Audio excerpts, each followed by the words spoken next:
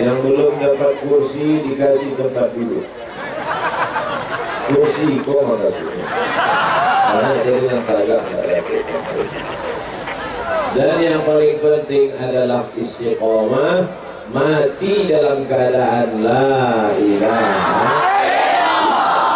Itu yang paling penting dalam hidup kita. Anak raja memakai katun. Katun di Bali di Teluk Bayur. Abdul Somad indak bapantun, lah habis dek bapak gubernur. Iya tahu. Ikut ceramah hari ikut balik. Mana itu? Ambo diminta pula memakaikan 3 sorban untuk alim ulama peresmian. Bersyukur kepada Allah dengan mengucapkan Alhamdulillahirabbil alamin. Berselawat kepada Rasulullah dengan ucapan Allahumma salli ala Sayyidina Muhammad wa ala ali Sayyidina Muhammad. Pak Kabar, Amat, Uni, Bapak, Ibu, sehat semuanya.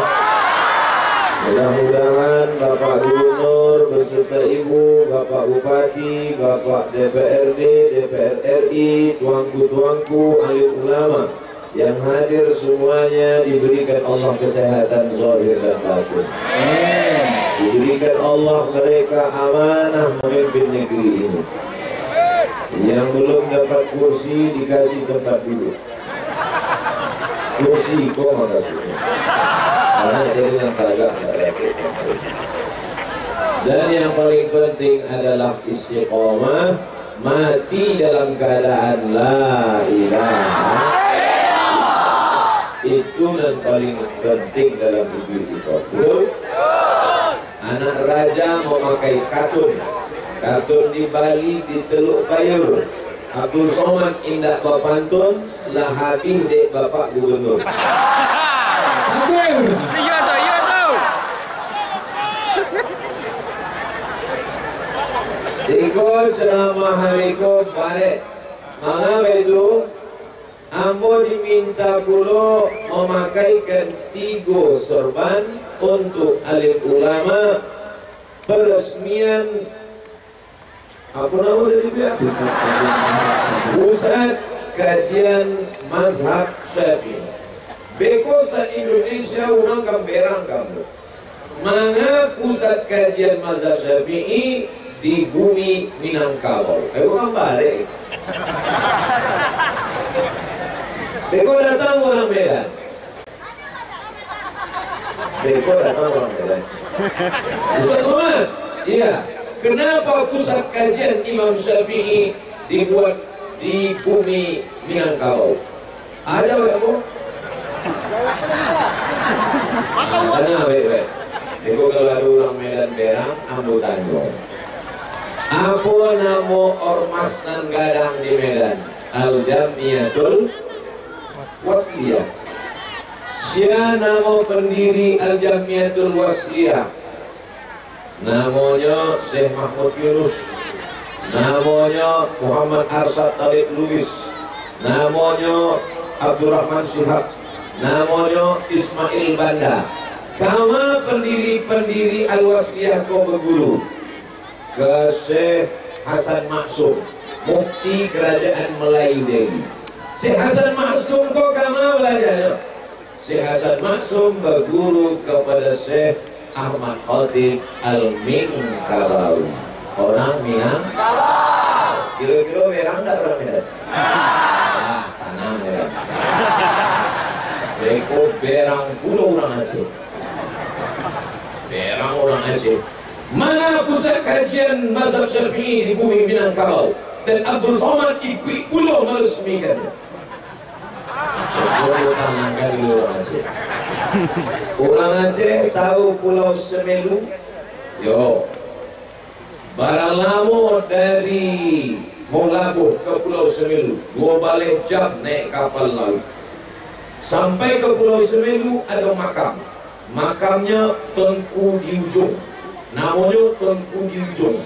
Tengku di Ujung ikalah ulama yang diminta oleh Sultan Iskandar Muda untuk mengislamkan Pulau Semelu.